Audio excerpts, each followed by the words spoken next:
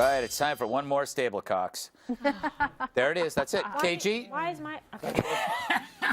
Terrible. I have to add one to this Terrible. list. All right.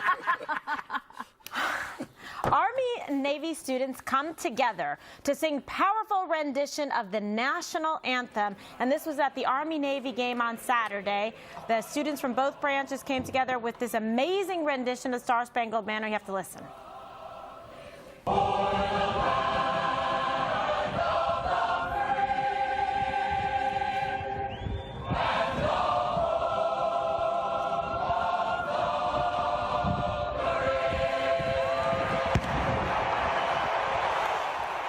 So as you can tell, the crowd absolutely loved it, and so did Army, ending its 14-year losing streak to Navy, winning 21-17, and it seemed like everybody had a very, very good time at the game. When I was a kid, I thought that was the best time for people to invade America. Don't give people ideas.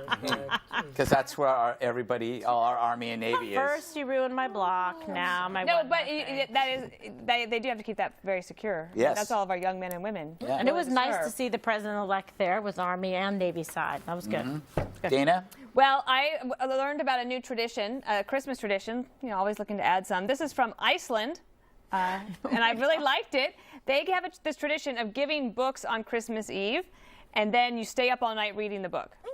So, and that's kind of cool, Oh, this right? is right up your alley. So we all have gifts that we could all give, but I chose two that I would give away this year. One I loved, it's a novel called The Snow Child by Eowyn Ivey. It's a little bit fantasy, but fiction. Is absolutely beautiful book. And then another one by Siobhan Evans, You Know When the Men Are Gone, which is about a deployment at Fort Hood, and she's a military wife. I'm sorry, Siobhan Fallon, excuse me, is her name. Get it right. Well, she got married. Okay. Whatever. But her family watches, and I think that book was Very absolutely nice. amazing. She has a new one coming out this You year. know what the cool thing about that tradition is? You don't have to use the lights because it stays light. Ah, see? That's... No, it's dark there. Oh, well, then you have to use extra lights. In the summer.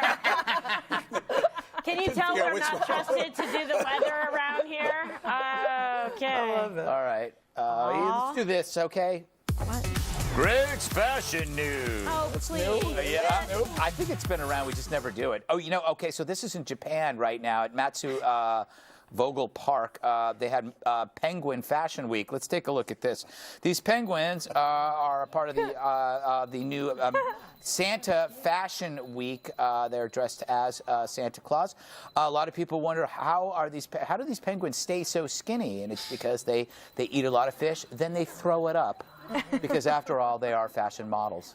Oh my goodness. Do you have more? No, I have nothing. Did you more. notice that there's always one penguin leading and they all follow? Yeah, it's true. That one is like Except for getting that- distracted back there. He's But like, you oh, didn't name squirrel. who they are. You got to say like, oh, that's... That's Furry Cindy- McPherson. No, like Lou real Downs. models. Lou Cindy Downs. Like that's Crawford, Naomi Bill Hammer. Linda Hammer. Evangelista. By the way, I'm officially revoking Greg's fashion news because that was just a fail. You didn't even know any supermodels. I didn't.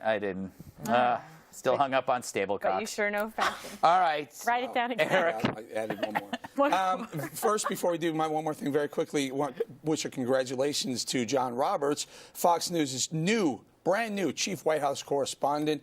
Well earned, John. Congratulations. That is a big gig, by the way, because you're on camera quite a bit following Wow, the wow. And he's Wow. experienced because he had that job before. Yeah.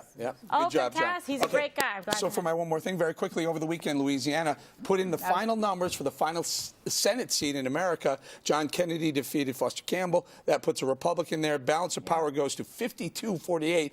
This is big because with 51-49, you get that extra Senate seat, especially during confirmations. Big. That was a big win. Congratulations to Louisiana. What? House 241-194, and then this with the governors we talked about, 33, 1 independent, and 16.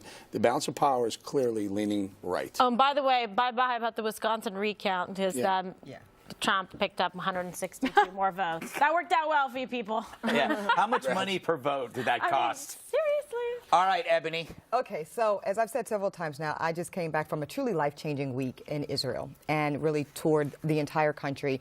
It was incredible. So I wanted to share just a couple of, I have so many moments, but just a couple. So first you're going to see here, this is a photo of the group.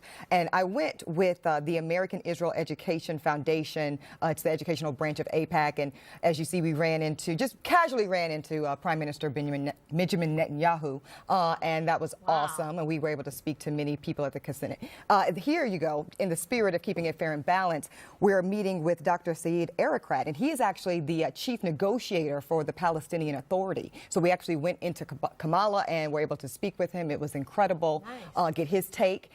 Here you're seeing, this is Rabbi Levy and his beautiful wife Paula. They invited us all into their home for Shabbat dinner. Shabbat. All right, Ebony, got to go. That's it for us. Excellent. Special report Proud up of you. next.